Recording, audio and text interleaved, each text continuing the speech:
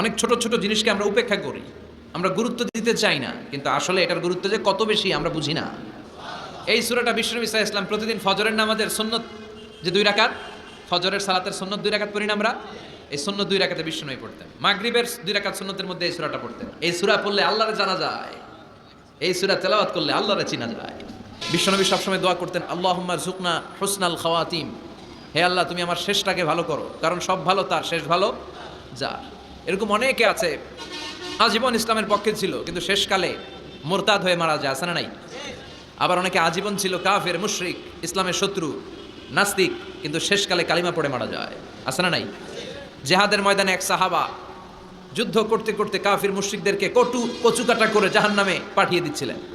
জেহাদের ময়দানে ওনার যুদ্ধ দেখে সব সাহাবারা বলল, আজকের জেহাদের ময়দানের সব সওয়াব এই সাহাবা পেয়ে যাবে। বিশ্বনবী বললেন, হুয়া ফিন্নার, ও জাহান্নামে যাবে। এক সাহাবী তো অবাক, এটা আবার কেমন কথা?